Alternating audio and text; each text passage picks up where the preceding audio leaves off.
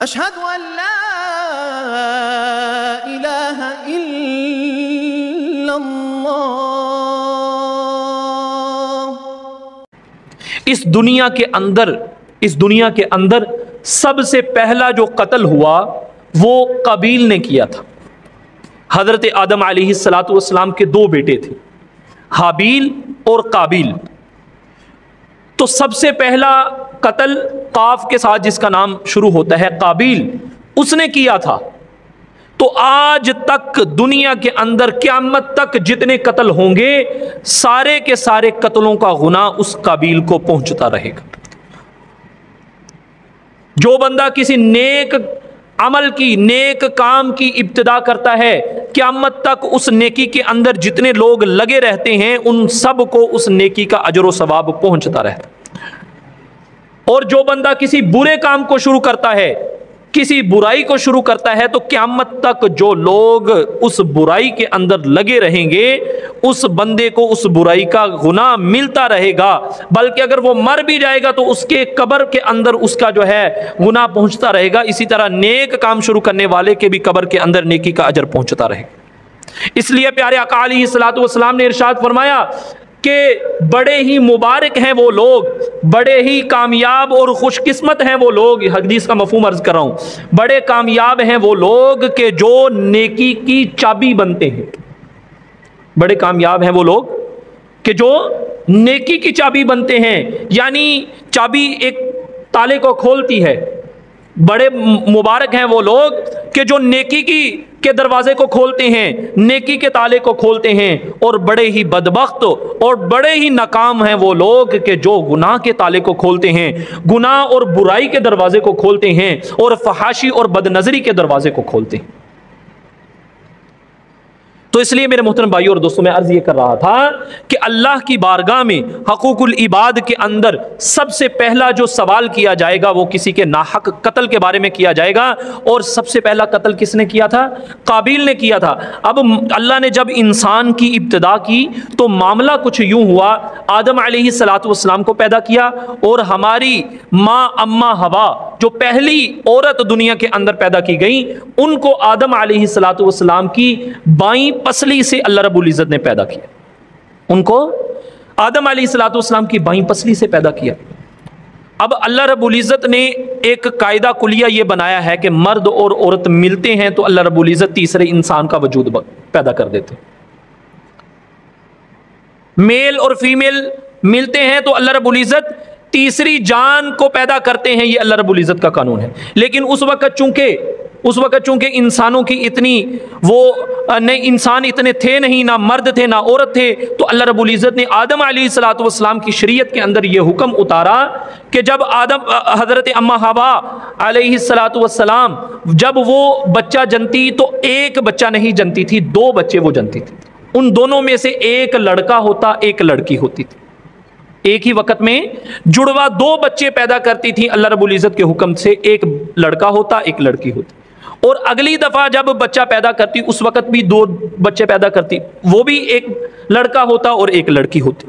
اور اللہ کا قانون یہ تھا، اللہ کی شریعت اس وقت یہ تھی کہ جو بچہ اپنی یعنی جو اکٹھے دو بہن بھائی پیدا ہوئے ہیں وہ آپس میں شادی نہیں کر سکتے تھے، یعنی جو ایک حمل سے دو بہن بھائی پیدا ہوئے ہیں وہ آپس میں شادی نہیں کر سکتے تھے، بلکہ قانون یہ تھا کہ ایک حمل سے جو لڑکی پیدا ہوئی ہے دوسرے حمل کے لڑکے سے شادی کرے گی، اور پہلے حمل سے جو لڑکا پیدا ہوا ہے دوسرے حمل کے لڑکی جو ہے اس سے شادی کرے گی۔ تو یہ اللہ رب العزت کا اس وقت حکم تھا، یہ شریعت تھی، یہ ایک قاعدہ تھا، یہ ایک قانون تھا۔ لیکن ہوا کچھ یوں کہ جو قابیل تھا اس کی جو بہن تھی، یعنی اس کے ساتھ جو لڑکی پیدا ہوئی تھی وہ زیادہ خوبصورت تھی۔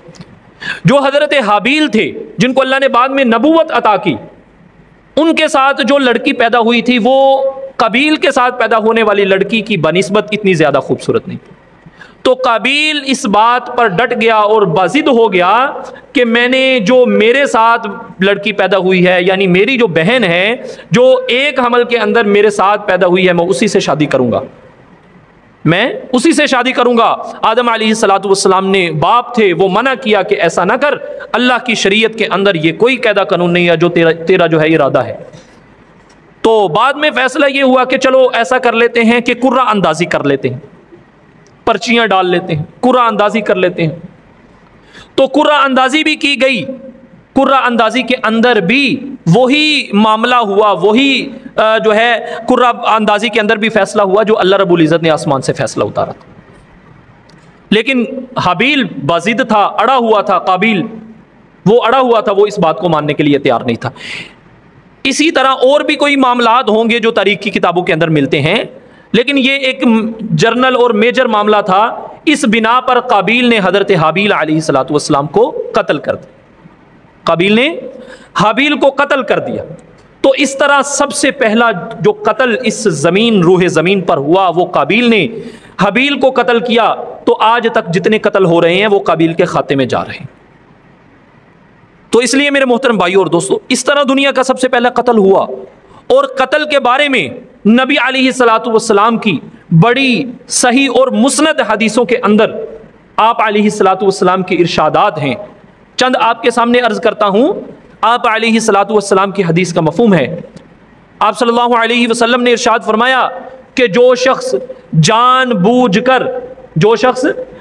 بوجھ کر کسی مومن مرد کو قتل کرتا ہے ناحق، یاد رکھیے ایک ہے حق کے اوپر قتل کرنا، ایک ہے ناحق قتل کرنا، ان دونوں چیزوں کے اندر زمین آسمان کا فرق ہے۔ کیا ارشاد فرمایا پیارے آقا نے؟ جو شخص کسی مومن مرد کو، مسلمان مرد کو جان بوجھ کر ناحق قتل کرتا ہے، اللہ رب العزت اس کی نہ کوئی فرض عبادت قبول کرتے ہیں، نہ کوئی واجب عبادت قبول کرتے ہیں، اور نہ ہی کوئی نفل اور سنت عبادت قبول کرتے ہیں۔ اتنا بڑا گناہ ہے کسی مومن مرد کو قتل کر، کسی مومن انسان کو قتل۔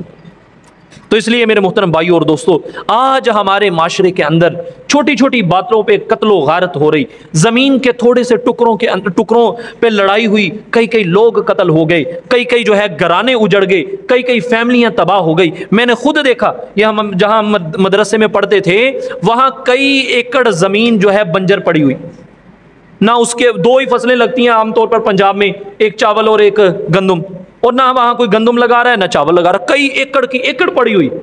تو بعد میں جب پتہ چلا، میں نے کسی سے وہاں کے رہنے والوں سے پوچھا کہ کیا معاملہ ہے، انہوں نے کہا کہ یہ دو فریقوں کی آپس کے خاندان، یعنی ایک باپ کی اولاد، پیچھے سے ایک مرد کی اولاد، وہ آپس میں جھگڑے ہیں، اور ان کے کئی مرد قتل ہو گئے ہیں، کئی بھاگ گئے ہیں، کئی جو ہے جیلوں میں پڑے ہوئے ہیں، اور زمین وہیں کی وہیں ہے، نہ پہلا فریق اس سے فائدہ اٹھا رہا ہے نہ دوسرا فائدہ اٹھا رہا ہے، وہ زمین ایسے ہی پڑی ہوئی، اور قیمتی زمین ایک ایکڑ کی پونے 2 لاکھ جو ہے ٹھیکہ وہاں چلتا۔